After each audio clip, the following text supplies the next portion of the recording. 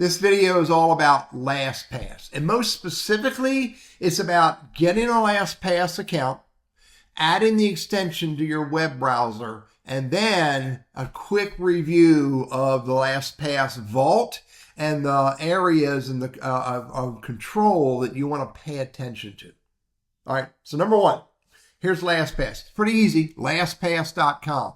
It's not the only password manager out there. It's the one that I decided to use probably about 7 or 8, maybe 10 years ago.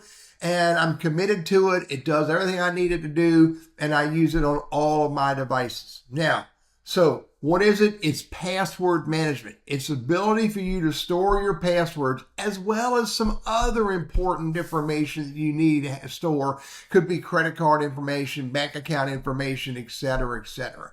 But first and foremost, it's password management. Now, secondly, you can get free LastPass. It's absolutely fine to use free LastPass if you're only going to use it on one device.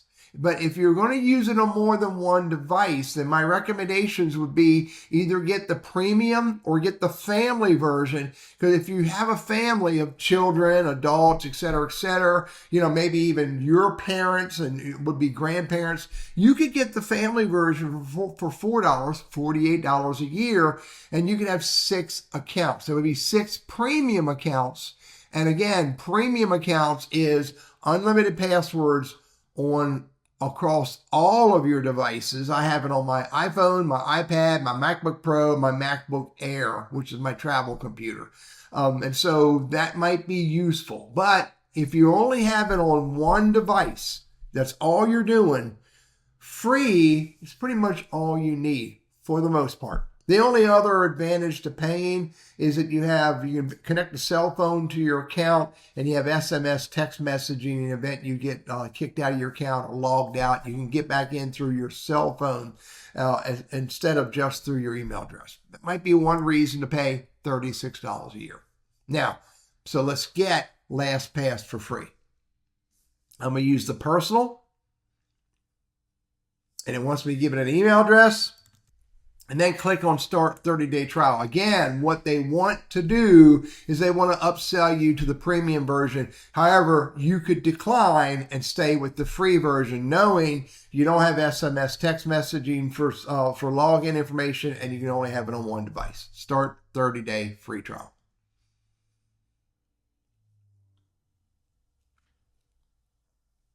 Now, it wants me to put a master password. This is by far the most important password ever if you're going to be committed to using a password management tool like LastPass. This cannot be something simple. It cannot be a password you're using on other accounts. It absolutely needs to be really strong. Really strong means this: a minimum of 12 characters, uppercase, lowercase, numbers, and extended characters. Now I have about a 15 character really wild password that I have. I'll paste that in there, and then it says it's strong. Minimum passwords, no common words, minimum 12 characters, 1 number, 1 uppercase, 1 lowercase, 1 special character, and I got them all mixed up in there. So once I confirm that LastPass is happy, now I can go ahead and confirm that password. And then if I want to, I could write my reminder of that password. I'm personally not a fan of that. I would much rather put that master password somewhere where I will never lose it and others will not find it. So in the event I need to get it. So I could put my email address, put my password, start my 30-day trial. So my account is set up. It wants me to go to the vault. It takes me right straight to the vault. Now in the vault, well, first of all, it wants me to get the browser extension. So let me get that. The browser extension is important because that's how you get LastPass to help you when you're in Chrome or Firefox, or you're in Safari, or you're in Microsoft Edge, or whatever their web browser's name is. By putting the extension up here, let me add it to Chrome. Add extension. By putting that up there, now LastPass will help me when I try to log on to different websites. Now it put it up here under the extensions, but I want to pin it up front. So I'm going to hit this button. So it's right there. Easy for me to get to when I need to get to it. Now, before we go any further, let's go look at a few things here. I have account settings over here on the left. You might want to look at account settings, make sure that the email address is right. Make sure you know that you can change your master password, or you can revert it to a prior one in the event you can't remember it. You can look at the password reminder if you put that information in there. You can also have links to your account, payment history, email subscriptions, etc., etc. This is going to end this 30 days. So this is basically February 1st. On March 1st, it's going to want me to start paying or accept that I'm using the free version. Now, I don't have this. I mentioned this earlier. I don't have a recovery phone number because I'm still in the trial period. I have to upgrade to at least the $36 a year to be able to do that. And I encourage you to do that. Under advanced settings, there's lots of stuff under here. I recommend you don't go changing stuff just for the sake of changing it. You absolutely do not want to disable password alerts. You absolutely do not want to prohibit Tor networks. This is called the dark web. You want to allow master passwords to be reverted if you need to. I recommend you do not disable email verifications. You do not disable multi-factor trust where that works. I also recommend that you leave track history on. We don't need to send the reporting, don't need to send reporting. And when you make those changes, you hit update. And it wants my master password when I update. Put that in there. And I can hit OK.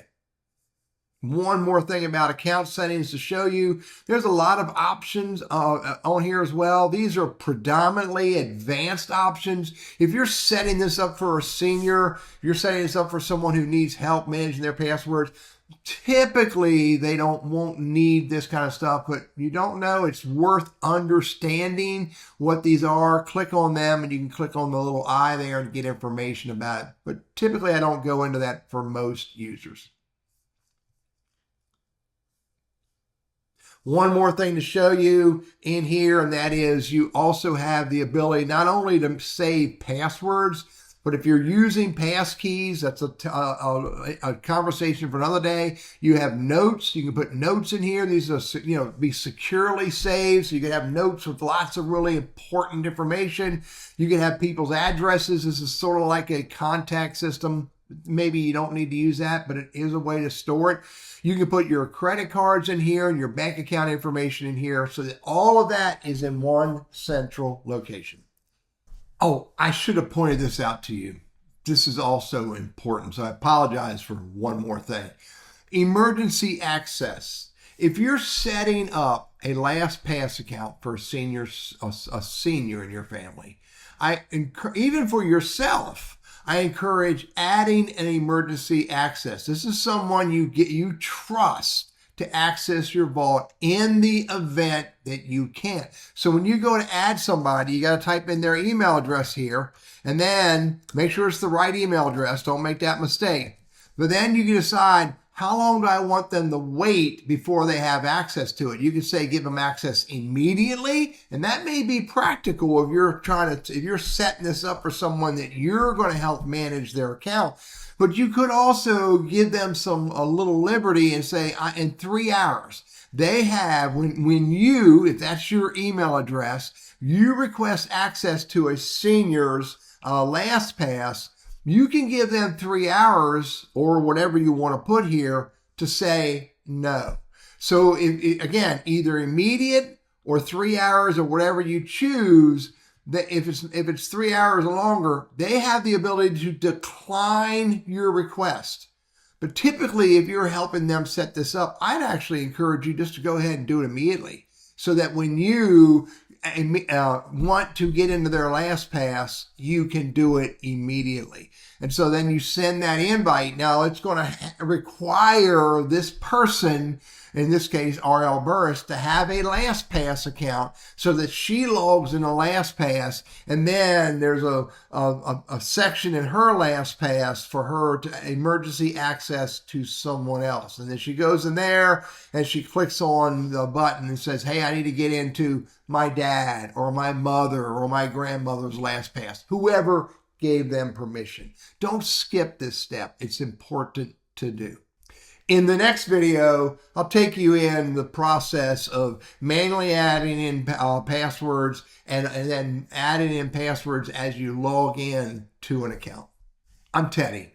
I'm all about helping you overcome the risks and fears of using technology. Password management is important for all of us, and I hope this information is useful for you.